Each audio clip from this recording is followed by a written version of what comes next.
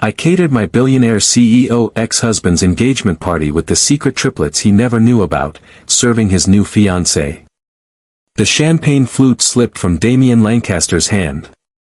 Crystal shattered against Italian marble. 300 guests in designer gowns and tailored tuxedos turned toward the sound. But Damien Lancaster, billionaire CEO, the man whose engagement party was the social event of the season, did not notice. He was staring at a 6-year-old boy standing beside my chocolate fountain. A 6-year-old boy with his exact face. Through the service door window, I watched my entire world tilt into freefall. My son Noah, curious and innocent, had wandered from the kitchen parlor where I had hidden all 3 of my children. He stood in full view of the ballroom. In full view of his father. The father who had no idea he existed. Time stretched like taffy.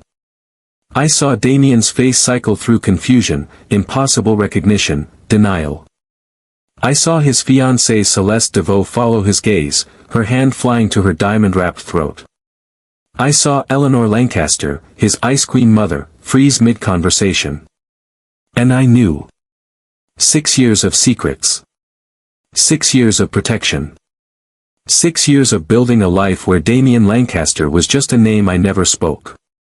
All of it about to detonate in the middle of his engagement party. Have you ever watched your past and present collide in slow motion? Have you ever known, with absolute certainty, that the next 60 seconds would change everything? Have you ever hidden a truth so explosive that one wrong move could shatter 4 lives? I had 3 secrets. 3 beautiful 6-year-old secrets with their father's green eyes, his stubborn chin, his smile. Noah, Leah, and Matteo. The triplets he never knew existed. And they were standing in his engagement ballroom while I wore catering whites and served champagne to the woman wearing his ring.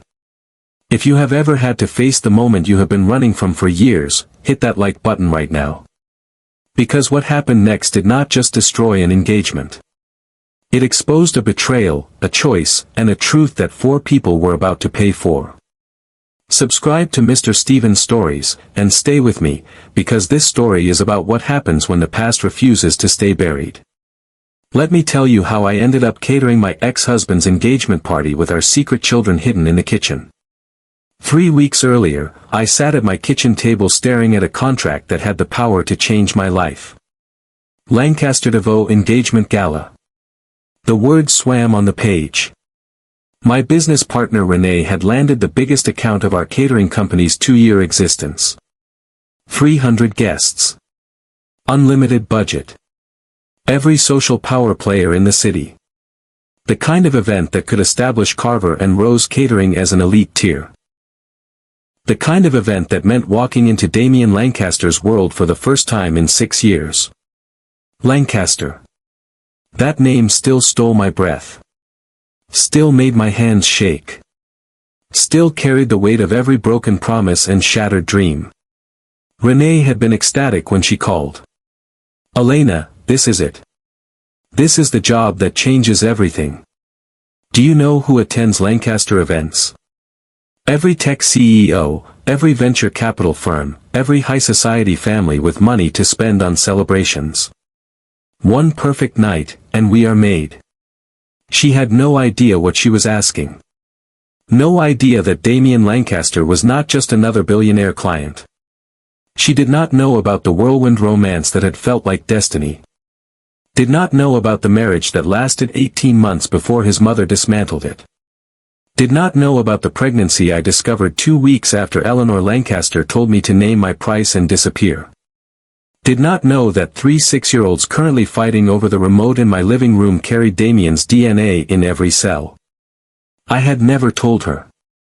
Had never told anyone except my sister Maya. Some wounds ran too deep for casual conversation. Mama, why do you look sad? Leah appeared in the kitchen doorway. My daughter. Dark curls framing a face so perceptive it sometimes frightened me. She could read emotions like other kids read picture books. I forced brightness into my expression. Just thinking about work, baby. Big event coming up. The one Aunt Renee keeps talking about. The fancy one? That's the one. Noah joined his sister, protective instincts already formed at 6 years old. You always get quiet when something is wrong. Is the event bad? Not bad. Just important. Mateo bounced into the room last, clutching a drawing. My youngest by 4 minutes. Smallest but fiercest.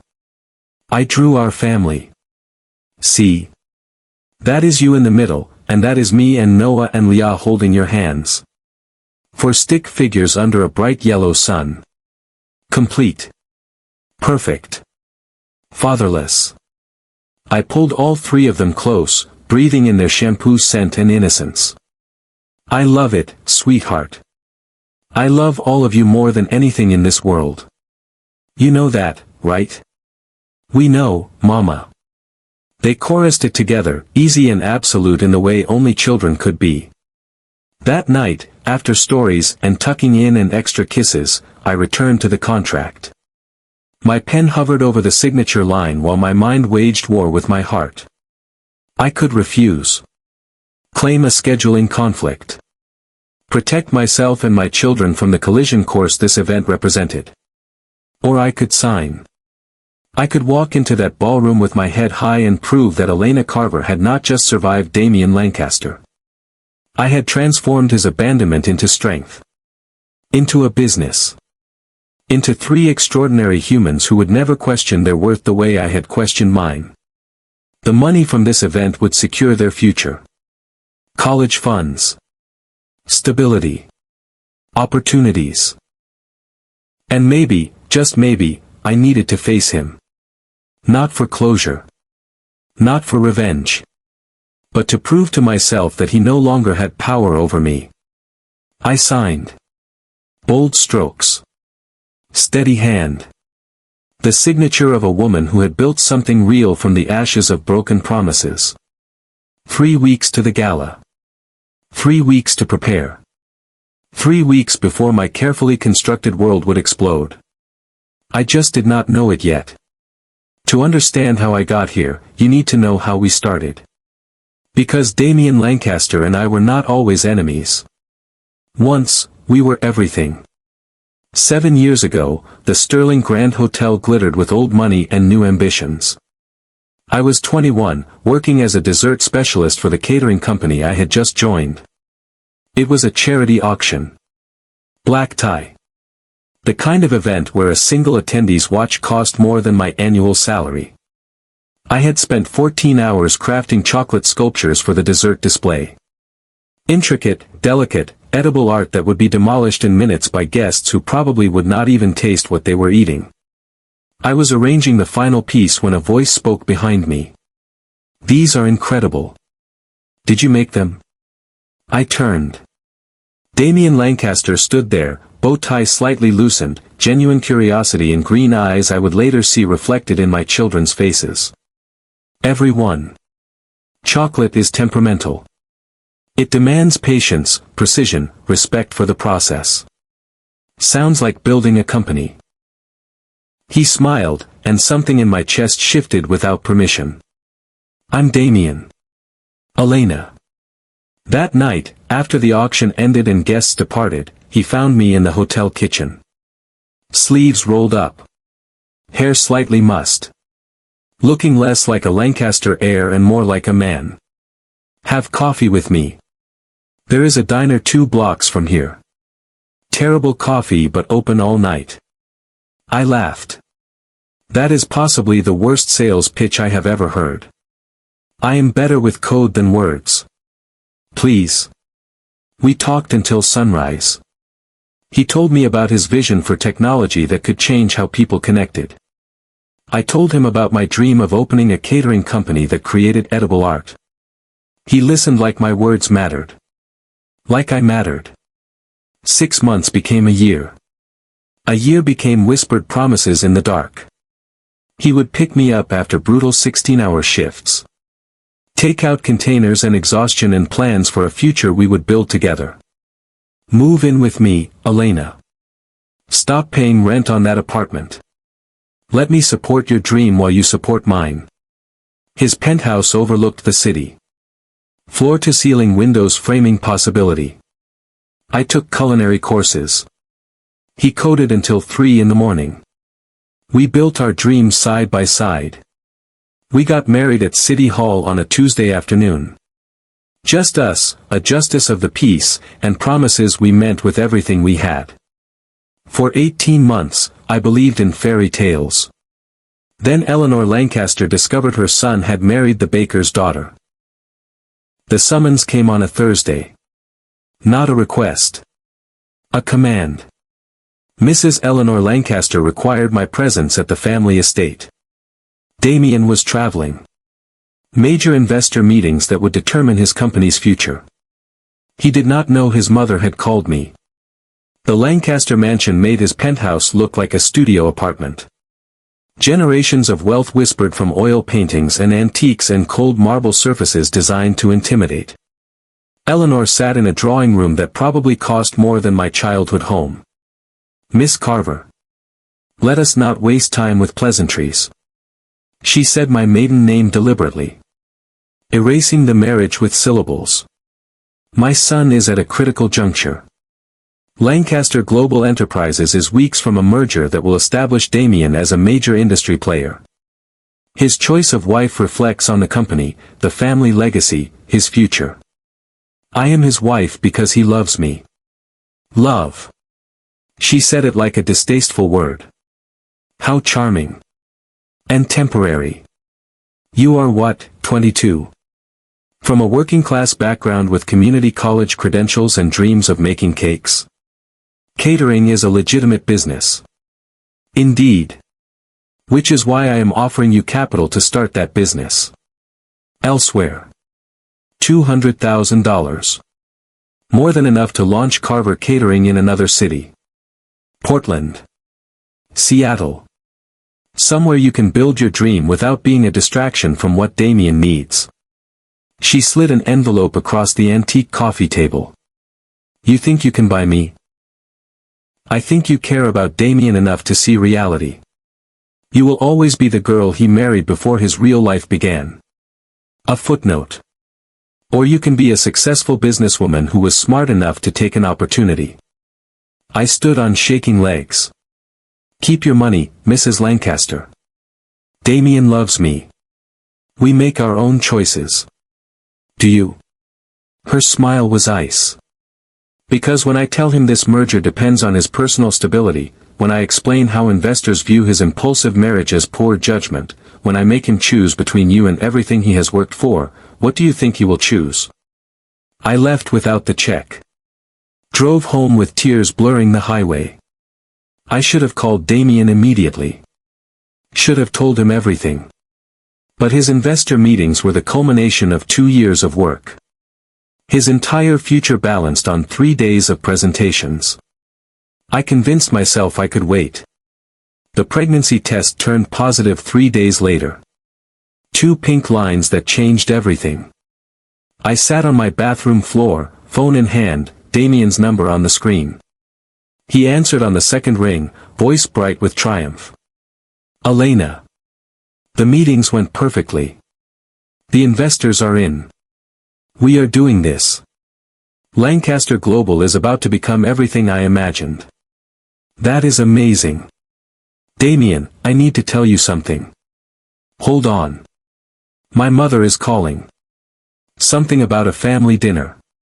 Let me call you back in 10 minutes. He never called back. Eleanor called instead. I assume by now you have discovered your condition. Convenient timing, Miss Carver. But before you imagine this changes anything, understand that my offer has expired. You had your chance to leave with dignity. Now you leave with nothing. My son's future will not be derailed by a pregnancy claim. This is not a claim. I am carrying Damien's child. Then you will do so somewhere far from my family. I have already spoken with Damien. He knows about our conversation and your attempt to trap him. He is disappointed but focused on what matters. The line went dead. I called Damien 17 times that night. Every call went to voicemail. I texted until my fingers cramped. Damien, please call me. Your mother came to see me. We need to talk. I am pregnant. We are having a baby. Please, just call me back. Nothing. Silence. Absence. The next morning, divorce papers arrived by courier. Citing irreconcilable differences.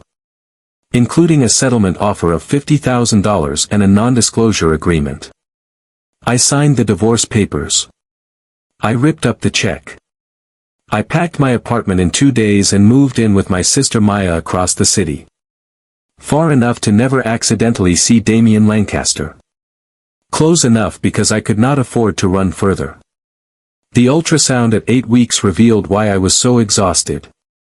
Congratulations, Ms. Carver. You are having triplets.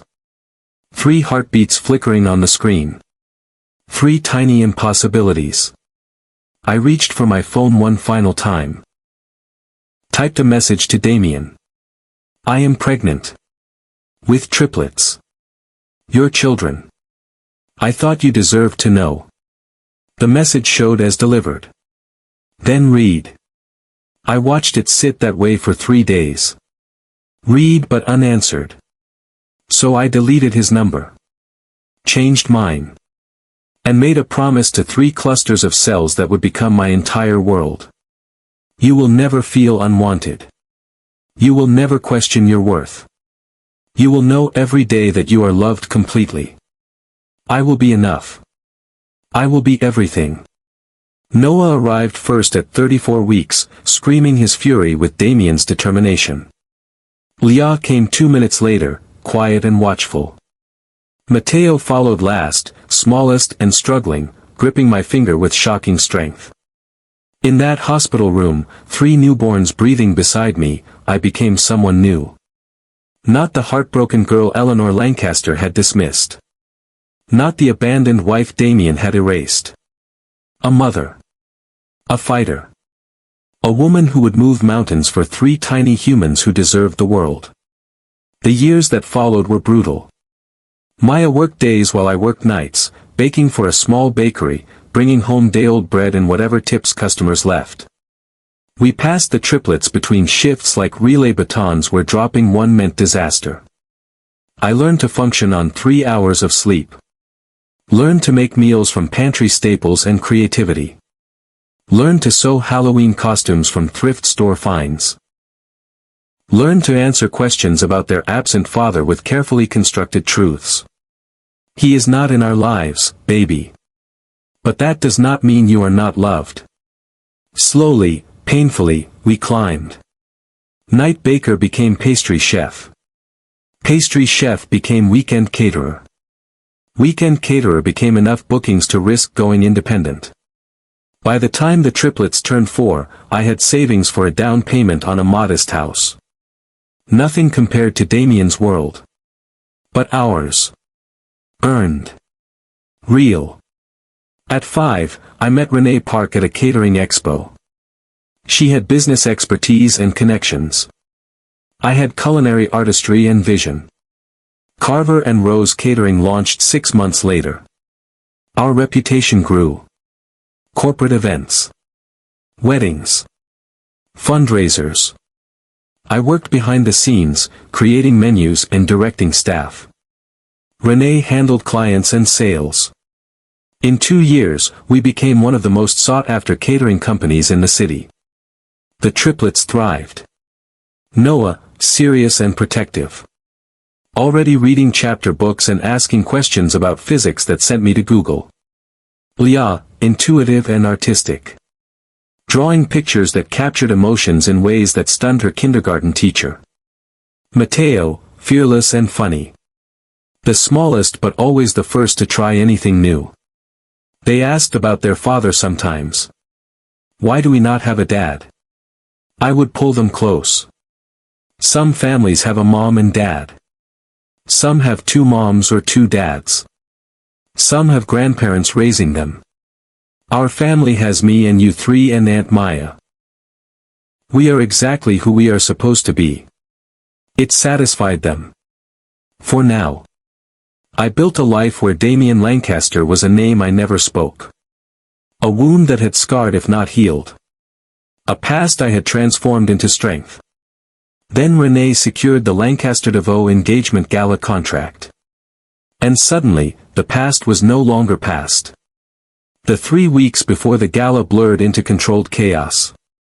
Renee met with Eleanor's assistant, toured the estate, coordinated with florists and lighting designers. I focused on the menu. My armor had always been excellence.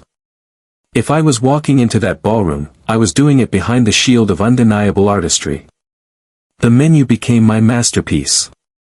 Past hors d'oeuvres that looked like edible jewelry. A 5-course dinner with wine pairings that told a story. A dessert display that would photograph like architecture. I practiced plating techniques until my hands moved with muscle memory. Taste tested until the flavors were flawless. Worked until exhaustion drowned out the anxiety thrumming under my skin. Noah watched me practice garnishes one evening. "Mama, you are extra stressed about this party." "Because it is important, baby. Everything has to be perfect. You always make everything perfect." His faith humbled me.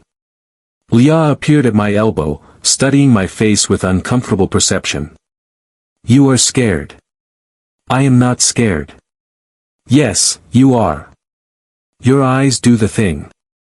I pulled her onto my lap. Maybe a little nervous. But nervous means I care about doing my best.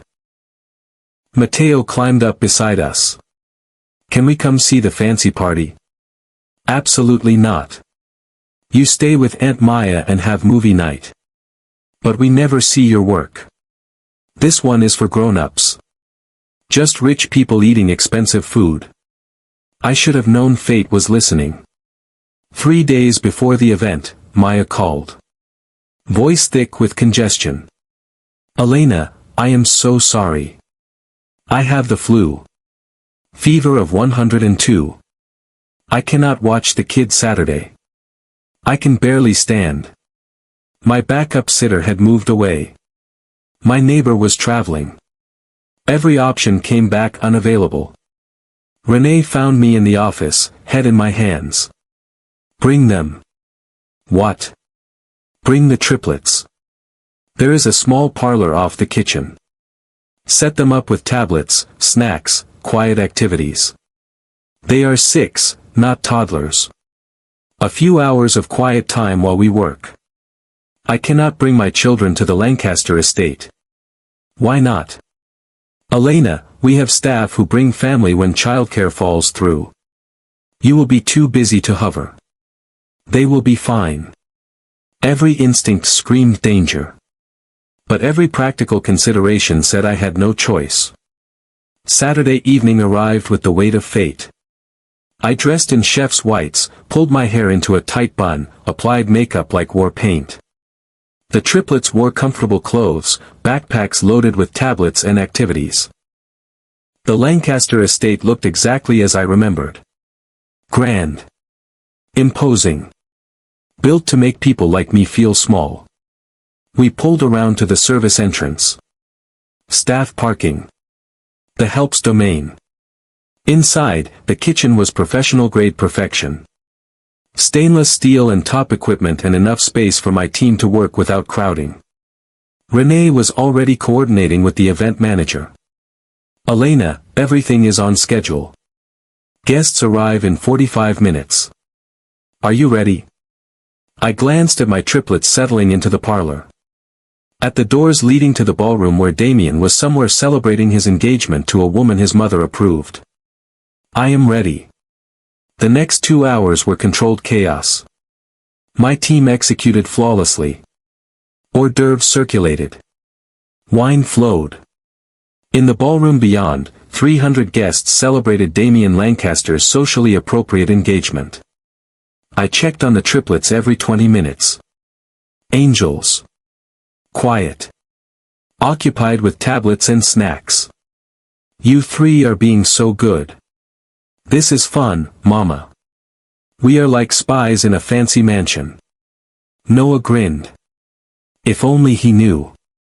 At 8 o'clock, I allowed myself to look through the service window into the ballroom.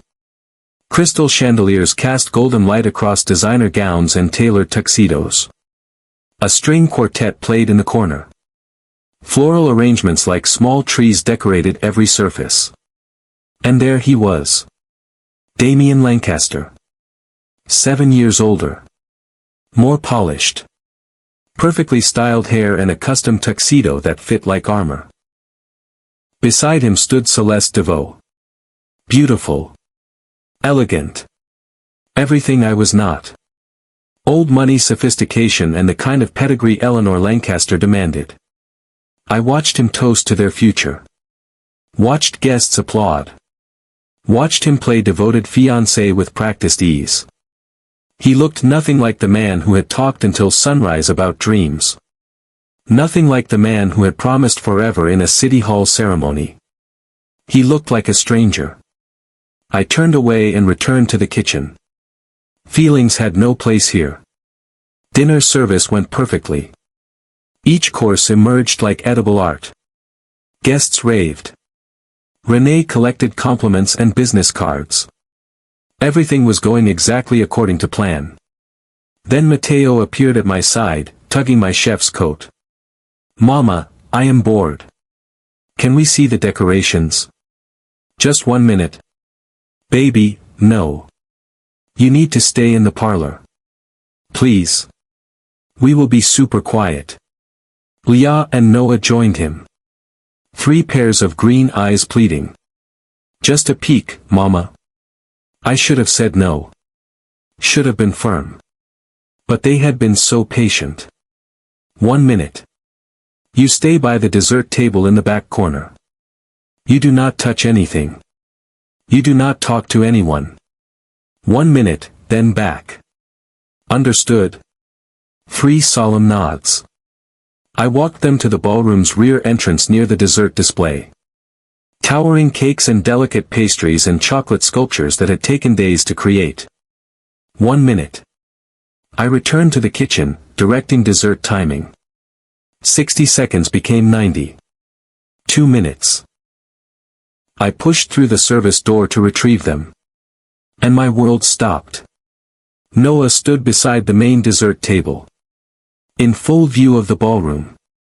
Staring at the chocolate sculptures with wide green eyes. The same green eyes currently staring back at him from across the room. Damien had turned mid-conversation. Was staring at my son. At his son. At the 6-year-old boy who was his exact replica. The room slowed. I watched recognition flicker across Damien's face. Confusion. Impossible understanding. Celeste noticed his distraction. "Darling, what is wrong?" Damien did not answer. He was walking toward Noah. Toward Leah and Matteo, who had joined their brother at the display. 3 children with his green eyes. His facial structure. His expressions. 3 impossibilities standing in his engagement ballroom. I moved without thinking. Crossed the space between service door and children in seconds. Put myself between them and the man walking toward us. Our eyes met across 15 feet and 6 years of silence. "Elena?" My name in his voice detonated everything. Guests noticed. Conversation stopped. Heads turned.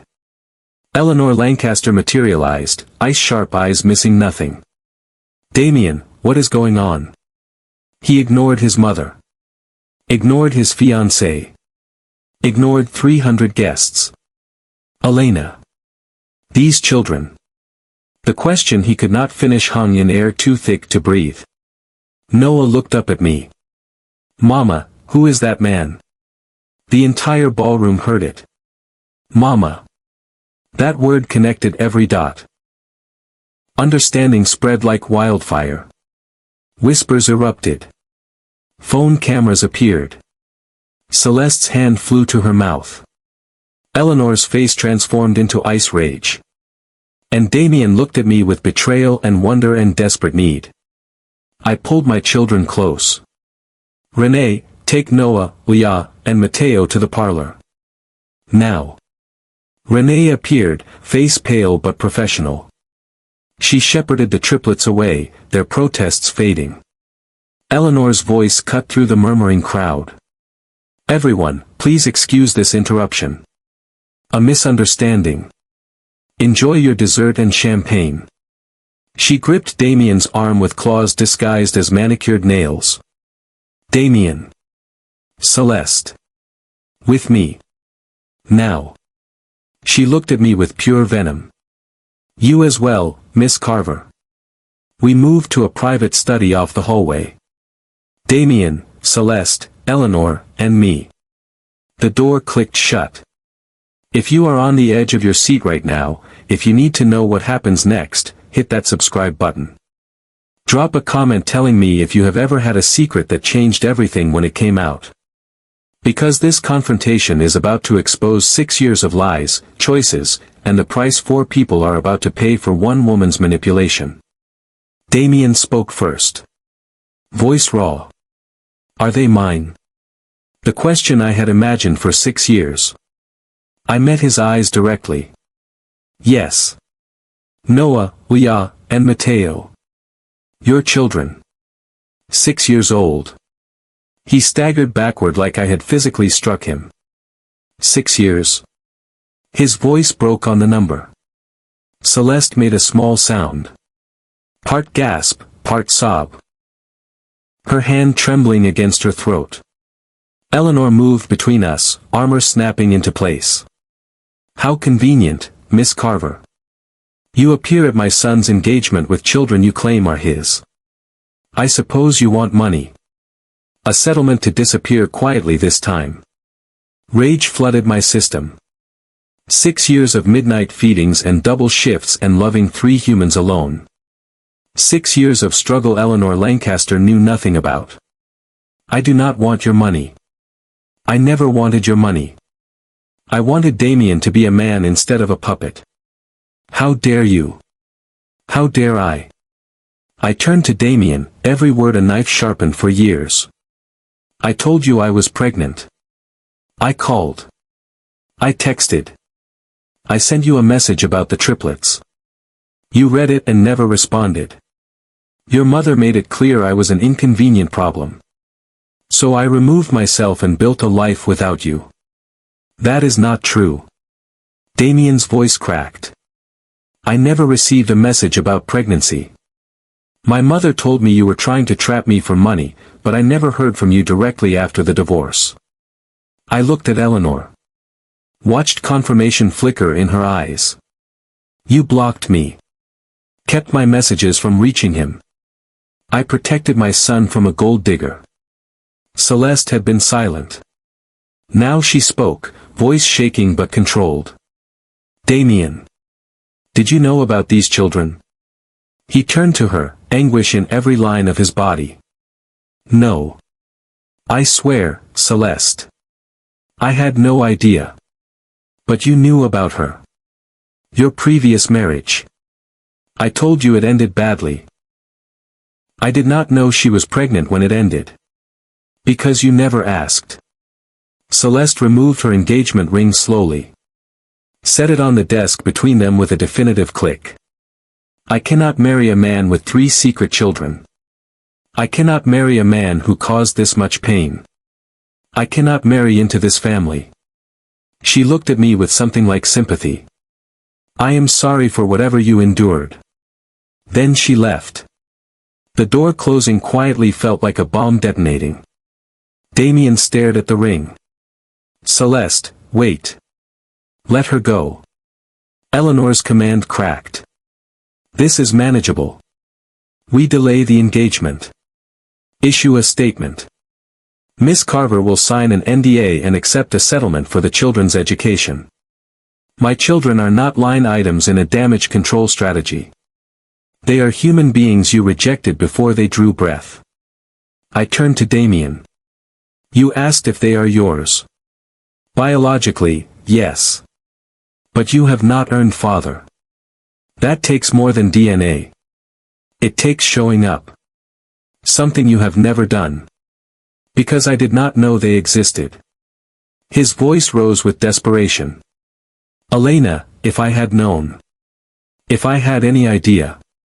Would it have mattered? Would you have chosen 3 unplanned babies over Lancaster Global? Over your mother's approval? The silence answered more honestly than words ever could. I walked toward the door. Where are you going? To my children. Who have been patient and confused and deserve to leave this house. Elena, please. Damien moved to block my path. Please. Just talk to me. Let me meet them properly. Let me understand what I missed. Understand what? That you have 3 children who are brilliant and kind. That they have been fine without you. That I built a life that does not need you. But maybe they deserve the chance to know their father. His words landed harder than Eleanor's cruelty. Because they were not entirely wrong. I thought of Noah asking why they had no dad. Leah drawing incomplete family trees. Matteo watching other kids with their fathers at the playground. Maybe. I said it quietly. Maybe they deserve that choice. But Damien, you do not get to walk into their lives because you finally know they exist. You do not get to be a father when it is convenient. If you want to know those children, you earn it. Slowly. On my terms. Prove you can be consistent. Anything. His eagerness would have been touching if it were not 6 years late. I need to leave. My children need me. We can discuss this later. Through lawyers if necessary. Elena. He said my name like a prayer. I never stopped thinking about you. I have regretted losing you every day for 6 years. Then you should have fought harder. You should have been a man instead of a boy afraid of his mother. I left him standing there. Collected my children, my staff, my equipment. Renee handled logistics and apologies while I held 3 confused 6-year-olds. Mama, what is happening? Noah's voice was small. We are going home, baby. I will explain everything. I promise. We loaded the vans in silence. The triplets fell asleep in the car, exhausted from confusion and late hours. I drove through familiar streets toward the home I had earned alone. My phone buzzed constantly. Texts from Renee. Unknown numbers. Voicemails accumulating. I turned it off. Tomorrow would bring consequences. Scandal. Speculation. Questions I owed my children. But tonight, I just drove. 3 sleeping children in the back seat. City lights blurring past. The weight of 6 years of secrets finally released. The gala meant to establish my business had exposed my past instead. The man I had loved and lost now knew about the children he abandoned before meeting them. The empire I built was about to be tested. But as I carried Noah, then Leah, then Matteo into our house, tucked them into beds I bought with my own money, kissed foreheads I protected alone, I knew one absolute truth. I had survived Damien Lancaster once. I would survive him again. The difference was I was no longer that heartbroken 23-year-old. I was a mother. A business owner. A woman who built something real from nothing. And whatever came next, we would face it together. The first week after the gala was chaos. The story went viral. Society blogs. Business news. Social media everywhere. Billionaire CEO's secret triplets. Engagement implodes at own party. Caterer reveals shocking truth. My phone rang constantly. Reporters. Lawyers. Curiosity seekers. I ignored them all. Renee handled business fallout with grace. Contrary to my fears, the scandal increased demand. Notoriety sold as well as quality. Bookings tripled. Interview requests flooded in. Everyone wanted the caterer who brought a billionaire to his knees. I accepted none of it. My focus was 3 confused 6-year-olds who now knew their father existed but could not understand his absence. Noah was angry. If he is our dad, why did he leave? Did he not want us? Baby, it is complicated. I do not like him. You do not have to like him. You feel what you feel. Leah was thoughtful. Does this mean we are rich now? We were always rich. In love. In family. Money does not change that. Mateo was direct. Can we meet him? I want to see if he is nice. Maybe, sweetheart. When Mama figures out if that is right. Damien called 18 times the first day. I answered on the 19th. Elena. Thank you. What do you want? To meet my children. Properly. Not during a scandal. Really meet them. I do not know if that is a good idea. Please. I understand I have not earned anything. But they deserve the chance to decide if they want to know me. His words echoed my own thoughts. If I agree, we do it my way. No press. No Lancaster estate. No Eleanor. Neutral space. You do not make promises you cannot keep. You do not disrupt their lives. Clear. Completely. I will think about it. I hung up before he could say more. Maya became my sounding board. What does your gut say? My gut says he had 6 years to look for me if he cared. My gut says Eleanor manipulated everything and he let her. My gut says the triplets deserve stability, not a father who might disappear when it gets hard. And the other part? I looked at photos on my mantle. 3 grinning 6-year-olds missing front teeth. The other part thinks they deserve to choose whether to know their father. 2 weeks after the gala, I called Damien. Saturday. 2 o'clock. Riverside Park. The playground near the duck pond. 30 minutes. If you are late, the offer disappears. I will be there. I told the triplets Friday night over dinner. Remember the man from the party? The one who looked like you, Noah. 3 heads nodded. He is your biological father. His name is Damien. He did not know about you until the party because I left before you were born.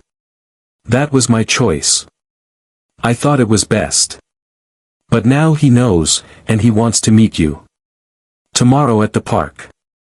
If you want. Silence. Then Noah.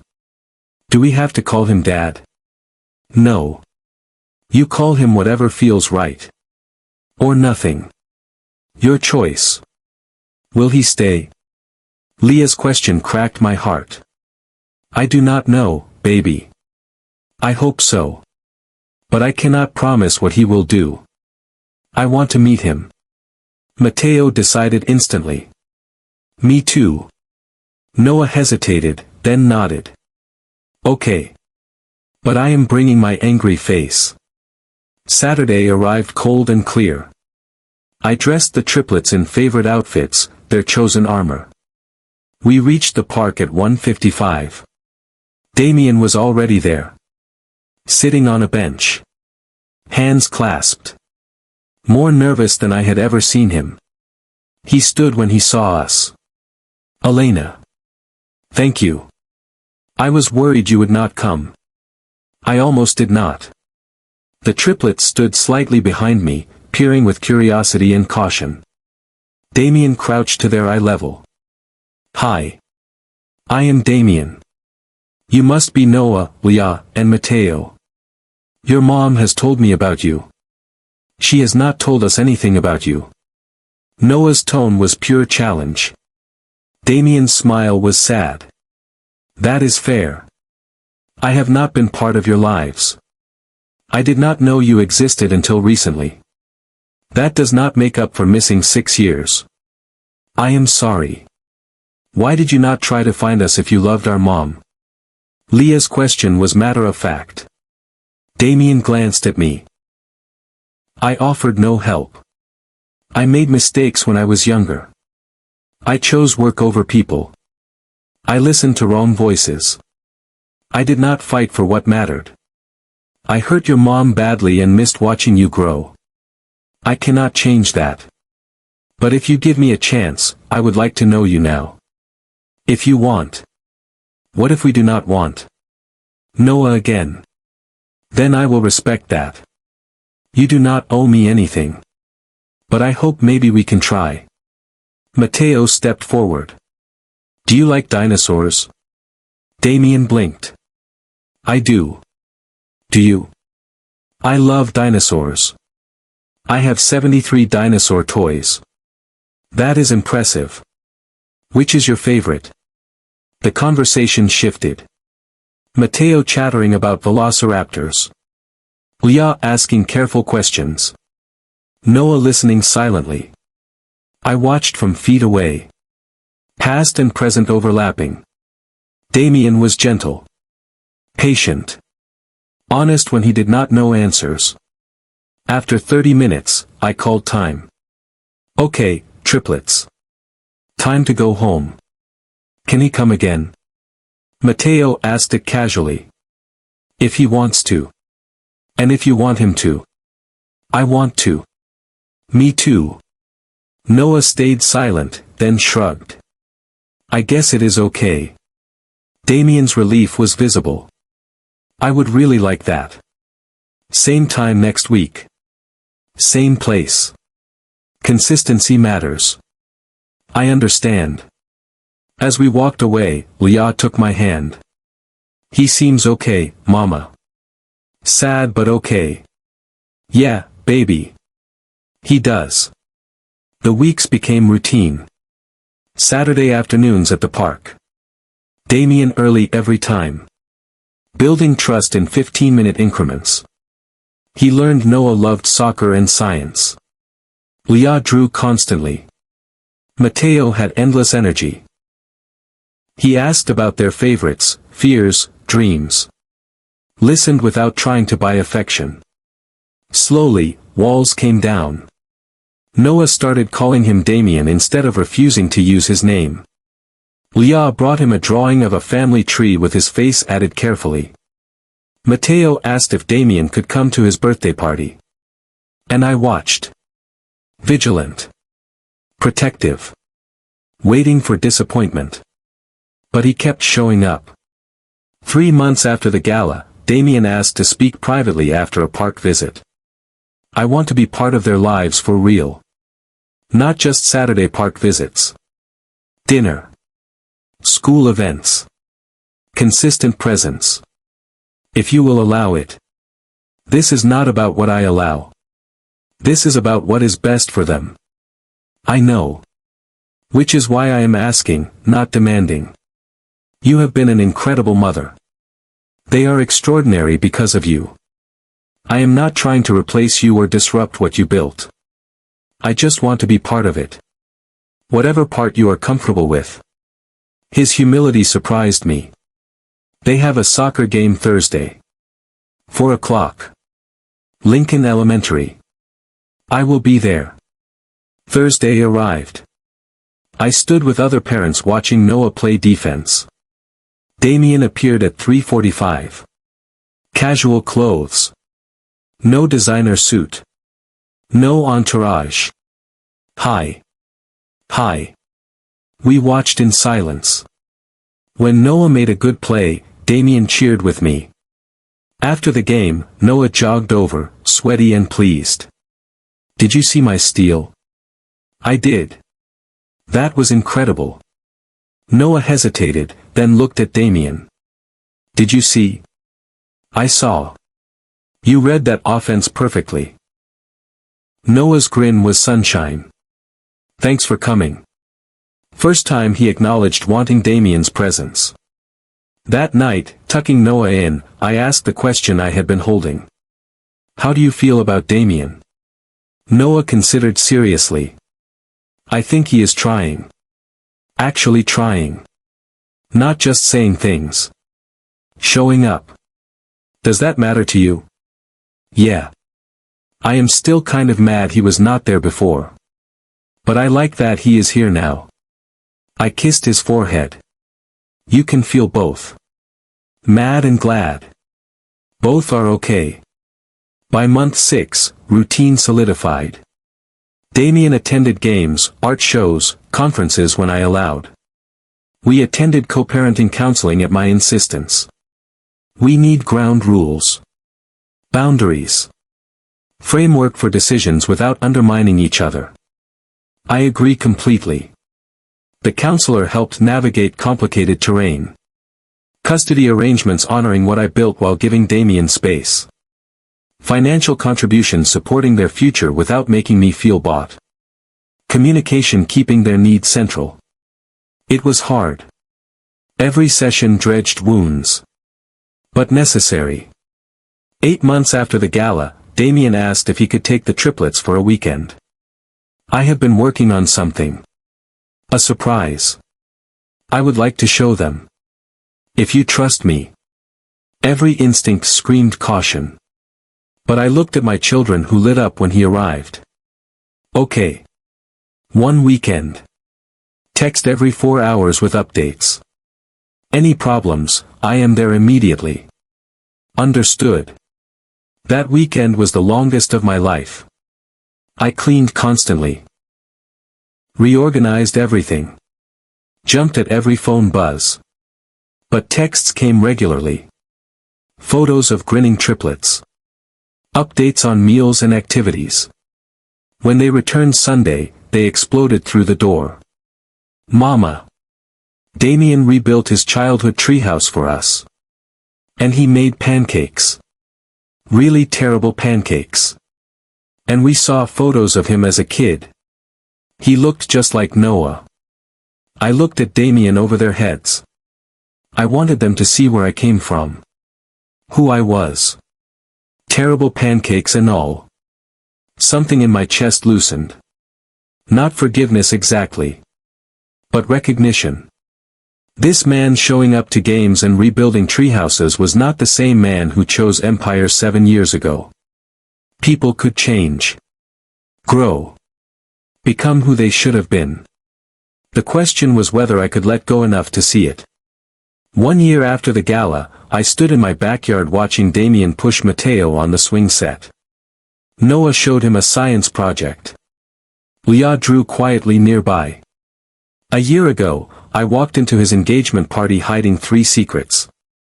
Now those secrets played in autumn sunshine, laughing with the father they were learning to trust. Damien caught my eye across the yard.